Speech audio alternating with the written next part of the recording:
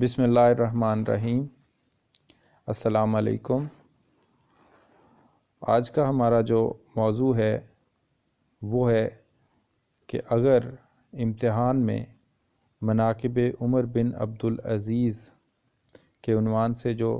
سبق 12ویں جماعت کی کتاب سرمایہ اردو میں شامل ہے، اگر اس کا خلاصہ لکھنے کے لیے آ جائے تو ہم وہ خلاصہ جو ہے کس طرح سے لکھیں گے؟ تو اس کے لیے سب سے پہلے تو ہمیں اس بات کا پتہ ہونا چاہیے کہ خلاصہ لکھنے کے لیے کون سے اہم نقاط جو ہیں وہ ہمارے ذہنوں میں ہونے چاہیے، تب ہم جو ہے وہ ایک بہتر خلاصہ لکھ سکیں گے۔ تو سب سے پہلے یہ ہے کہ خلاصے کا ابتدائیہ کس طرح کا ہو، پھر اس کے درمیان میں جو معلومات ہیں وہ سبق سے منسلک کس قسم کی بیان کی جائیں، اور آخر میں جو ہے وہ اس کا اختتام کس طرح سے ہو۔ تو سب سے پہلے جو خلاصہ جب ہم لکھتے ہیں تو سبق کا ہمیں تعارف کروانا چاہیے، اس کے بعد جو ہے وہ سبق کے اہم نقاط بیان کرنے چاہیے، اور آخر میں جو ہے وہ اس سبق کا مرکزی نقطہ یا مرکزی خیال اور ہم نے اس سبق سے کیا سیکھا، اس پر جو ہے وہ خلاصے کا اختتام کرنا چاہیے۔ خلاصہ لکھتے وقت جو ہے وہ توضیح یا تشریح میں جس طرح سے ہم مختلف حوالے دیتے ہیں اشعار کے یا آیات کے یا حدیث کے یا اقوال کے، تو یہاں جب آپ خلاصہ لکھتے ہیں تو وہ خلاصہ دراصل اس سبق کے اہم نقاط تک محدود ہونا چاہیے، اس میں توضیح یا تشریح یا حوالہ جات کا ذکر نہیں آنا چاہیے، کیونکہ خلاصہ ہم سے پوچھا جا رہا ہے اگر مناقب عمر بن عبدالعزیز رضی اللہ تعالیٰ عنہ کا، تو ہمیں یہ بتانا چاہیے کہ مناقب عمر بن عبدالعزیز میں علامہ شبلی نعمانی نے کیا باتیں کی ہیں، کیا اہم باتیں ہوئی ہیں۔ ہمیں یہ نہیں چاہیے کہ ہم بات تو کر رہے ہیں خلاصے کی مناقب عمر بن عبدالعزیز رضی اللہ تعالیٰ عنہ کی، اور ہم دنیا جہاں کے جو اشعار ہیں وہ اس میں کوٹ کرنا شروع کر دیں، یا اس کو تشریح کی صورت دینا شروع کر دیں، یا وضاحت کی صورت دینا شروع کر دیں، توضیح کی شرح کی صورت دینا شروع کر دیں، تو وہ نہیں ہے۔ ہم نے خلاصہ لکھنا ہے تو ہمیں اس سبق تک محدود رہنا چاہیے اور اس سبق کی ہی باتیں ہونی چاہیے۔ جس طرح میں ایک ایگزامپل دیتا ہوں کہ جب آپ کوئی ڈرامہ دیکھتے ہیں یا آپ کوئی فلم دیکھتے ہیں، تو آپ اپنے کسی دوست کو ڈرامے یا فلم کے بارے میں سٹوری سنا رہے ہیں، تو ظاہر ہے آپ اسی فلم کی سٹوری یا اسی ڈرامے کی سٹوری اس کو سنائیں گے جس کے بارے میں وہ آپ سے پوچھ رہا ہے یا جو آپ نے دیکھا ہے، تو آپ اس سے ہٹ کے بات نہیں کریں گے۔ تو یہاں بھی اگر خلاصہ پوچھا جا رہا ہے مناقب عمر بن عبدالعزیز کا، تو آپ کو چاہیے کہ آپ مناقب عمر بن عبدالعزیز میں کیا باتیں ہوئی ہیں وہ بتائیں، بنسبت اس کے کہ آپ جو ہے وہ کسی اور طرف چل پڑیں۔ تو ہم ان اہم باتوں کے بعد جو ہے وہ خلاصے کی ابتدا کرتے ہیں اور دیکھتے ہیں کہ جو مناقب عمر بن عبدالعزیز رضی اللہ تعالیٰ عنہ جو علامہ شبلی نعمانی کا لکھا ہوا ایک مقالہ ہے، اس کا جو خلاصہ ہے وہ کس طرح سے لکھا جا سکتا ہے۔ تو سب سے پہلے ہم ابتدا کرتے ہیں سبق کے تعارف سے، اور یہ میں پھر بتاتا چلوں کہ ہیڈنگز نہیں دیں گے آپ، یہ میں نے جسٹ آپ کو سمجھانے کے لیے جو ہے وہ مختلف نقاط بتائیں، اہم باتیں بتائی ہیں کہ تعارف اور پھر اہم نقاط اور اس کے بعد جو ہے اختتام۔ تو یہ آپ نے ساری باتیں پیراگراف کی صورت میں لکھنی ہیں، وہ آپ کو سمجھانے کے لیے جسٹ میں نے ہنٹ دیے ہیں۔ تو سب سے پہلے ہم بات کریں گے کہ مناقب عمر بن عبدالعزیز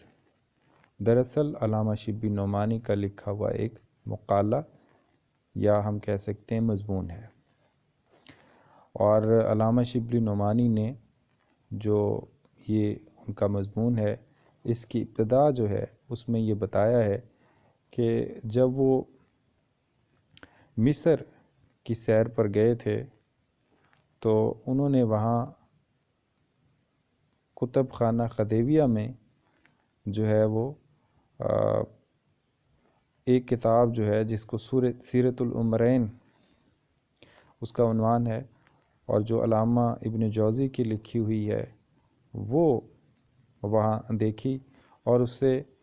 جو ہے وہ نہ صرف اس مضمون کے لیے بلکہ الفاروق جو ان کی کتاب ہے اس کے لیے بھی معلومات جمع کی۔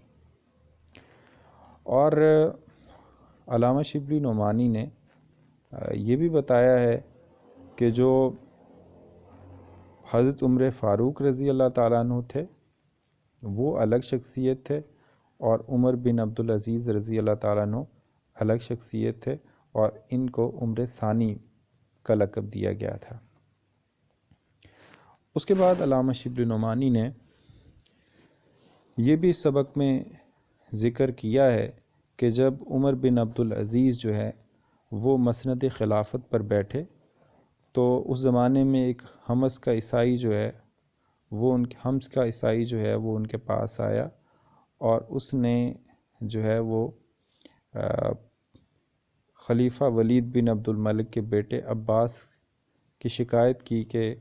عباس نے جو ہے وہ اس کی زمینوں پر زبردستی قبضہ کر لیا ہے۔ تو حضرت عمر بن عبدالعزیز رضی اللہ تعالیٰ عنہ نے وہ جو قبضے میں زمین تھی وہ دوبارہ سے اس عیسائی کو جو ہے وہ دلوا دی، اور انہوں نے وہی فیصلہ کیا جس کے کرنے کا جو ہے وہ قرآن پاک نے حکم دیا ہے، اور قرآن پاک میں اللہ نے حکم دیا ہے۔ اس کے بعد علامہ شبلی نعمانی نے آگے چل کر جو ہے وہ سلاطین بنی امیہ کی ناجائز کارروائیوں کا ذکر کیا ہے، اور مختلف ممالک میں جو ہے وہ لوگوں کی رعایا کی زمینوں پر زبردستی قبضے کا ذکر کیا ہے، اور یہ بھی بتایا کہ کس طرح سے جو ہے وہ عمر بن عبدالعزیز نے تخت پر بیٹھتے ہی ان زمینوں کو ان کے اصل مالکان تک لوٹانے کا بندوبست کیا، اور جب وہ یہ زمینیں جو ہیں وہ لوٹانے لگے ان کے اصل مالکان کو، تو خاندان بنو امیہ کے جو باقی افراد تھے، کیونکہ آپ کا تعلق بھی خاندان بنو امیہ سے ہی تھا، تو آپ کے خاندان کے جو باقی افراد تھے انہوں نے ایسا نہ کرنے سے آپ کو منع کیا، اور اس مقصد کے لیے آپ کی جو پھوپھی تھیں ام عمر ان کو سفیر بنا کے تو آپ کے پاس بھیجا۔ ام عمر نے آپ کو منع کیا اور خاندان والوں کی شکایات آپ تک پہنچائی، تو آپ نے جو ہے وہ ان کی سفارش بھی قبول نہ کی، اور وہی فیصلہ کیا جس کے کرنے کا قرآن پاک میں حکم تھا۔ اس کے بعد آپ نے ان جاگیروں کے سلسلے میں جو خاندان بنو امیہ کے پاس تھی فیصلہ کرنے سے پہلے اس زمانے کے مذہبی جو علماء تھے، مکحول، میمون بن مہران اور ابو قلابہ، ان کو بھی بلایا اور ان سے بھی جو ہے وہ مشورہ کیا، تو انہوں نے بھی جو ہے وہ وہی باتیں کی جو آپ کے خاندان کے دوسرے افراد کر رہے تھے، اور انہوں نے وہ بات نہ کی جو قرآن اور اللہ کے فرامین کے عین مطابق تھی۔ اس کے بعد حضرت عمر بن عبدالعزیز رضی اللہ تعالیٰ عنہ نے جو ہے اپنے غلام مزاحم سے جو ہے اس حوالے سے مشورہ کیا، تو انہوں نے بھی آپ کو اپنے بال بچوں کا احساس دلوایا کہ اگر آپ کی جاگیریں اور زمینیں واپس کروا دیں گے تو آپ خود کیا کریں گے اور آپ کی اولاد کیا کرے گی۔ تو مزاحم جو تھا آپ کا غلام، علامہ شبلی آگے چل کر یہ بتاتے ہیں کہ وہ جو عمر بن عبدالعزیز کا جو بیٹا تھا عبد الملک، اس کے پاس گیا اور اس نے یہ بتایا کہ آپ کے والد جو ہیں وہ جو خاندانی جاگیریں تھیں ان کو واپس کرنے لگے۔ تو عبد الملک نے جو ہے وہ اس سے مزاحم نے یہ بھی کہا کہ میں نے تو انہیں یہ احساس دلانے کی کوشش کی ہے کہ آپ کی اولاد کا کیا بنے گا۔ تو عبد الملک جو ہے وہ عمر بن عبدالعزیز کے جو فرزند تھے وہ فوری اپنے والد صاحب کے پاس گئے اور انہیں جو ہے وہ سوتے ہوئے جگایا اور یہ کہا کہ آپ نے ان جاگیروں کے حوالے سے کیا فیصلہ کیا ہے اور کب اعلان کرنا ہے کہ ان جاگیروں کو واپس کر دیا جائے۔ تو اس پر عمر بن عبدالعزیز نے یہ کہا کہ میں نماز ظہر کے بعد جو ہے وہ ممبر پر چڑھ کر ان جاگیروں کی واپسی کا اعلان کروں گا۔ جس پر عبد الملک نے جو ہے وہ یہ کہا کہ کیا خبر کہ آپ ظہر کی نماز تک بھی زندہ رہتے بھی ہیں یا نہیں، تو آپ کو چاہیے کہ آپ فوری جو ہے وہ شہر میں اعلان کروا دیں۔ تو عمر بن عبدالعزیز نے یہی کیا اور فوری طور پہ یہ اعلان کر دیا کہ ہم جو ہے وہ جاگیریں جو خاندانی تھی ان سے دستبرداری کا اعلان کرتے ہیں، اور اس کی جو سندیں تھیں وہ آپ نے نکلوائیں اور کینچی سے کتر کتر کر پھینکنا شروع کر دیں۔ اور جو جاگیریں یمن میں، یمامہ میں اور دوسری جگہوں پہ تھی وہ سب واپس کر دیں۔ اس کے بعد علامہ شبلی نعمانی نے آگے جو ہے اس سبق میں یہ بتایا ہے کہ عمر بن عبدالعزیز کو ان جاگیروں کے واپس کرنے سے منع کرنے کے لیے ابن سلیمان کو بھی آپ کے پاس بھیجا گیا، اور ابن سلیمان آپ کو بہت ہی عزیز تھے، لیکن آپ نے ان کی بات بھی جو ہے وہ نہ مانی۔ اس کے بعد علامہ شبلی نے آگے چل کر اسی سبق میں یہ بات کی ہے کہ خاندان بنو امیہ میں جو سب سے زیادہ جو بات امت مسلمہ یا قوم کو برباد کرنے والی تھی وہ یہ تھی کہ انہوں نے جو ہے وہ آزادی اور حق گوئی پر پابندی لگائی ہوئی تھی۔ انہوں نے آزادی اور حق گوئی کا استحصال کر دیا تھا، اور خاندان بنو امیہ کے جو سلطان تھے یا بادشاہ تھے یا حکمران تھے ان کے سامنے جو ہے وہ کوئی غریب حق اور سچ کی بات کرنے سے بھی قاصر تھا۔ آگے جا کے پھر جو ہے وہ علامہ شبلی نعمانی نے بتایا کہ مسلمہ بن عبد الملک جو خاندان بنی امیہ کا دست و بازو تھا، اس نے اس پر ایک گرجا کے متولیوں نے جو ہے وہ دعویٰ دائر کیا، تو آپ نے یعنی عمر بن عبدالعزیز نے انہیں اپنے دربار میں بلایا اور وہی فیصلہ کیا جو انصاف اور عدل کی بنا پر تھا، اور وہ جو متنازع زمین تھی جس پر گرجا کے متولیوں کا حق تھا وہ ان کو واپس دلا دی۔ پھر ذکر آیا علامہ شبلی نعمانی کے قلم سے کہ عمر بن عبدالعزیز جو ہیں وہ اکثر عیسائیوں اور یہودیوں کے ہاں مہمان ہوتے تھے، ان کے کھانے میں شامل رہتے تھے، لیکن ان کے کھانے کی قیمت ادا کر دیا کرتے تھے۔ اور آگے چل کر انہوں نے بات کی کہ جو زمین ان کو اپنے مقبرے کے لیے پسند آئی تھی وہ بھی ایک عیسائی کی تھی، تو انہوں نے اس کو جو ہے وہ قیمت دے کے خرید لیا۔ اس کے بعد ہے اس سبق میں کہ علامہ شبلی نے یہ بتایا ہے اس سبق میں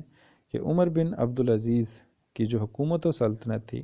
اس کا جو بنیادی پہلو تھا وہ اور بنیادی نقطہ جو تھا اور بنیادی اصول جو تھا وہ تھا مساوات اور جمہوریت، یعنی تمام لوگوں کو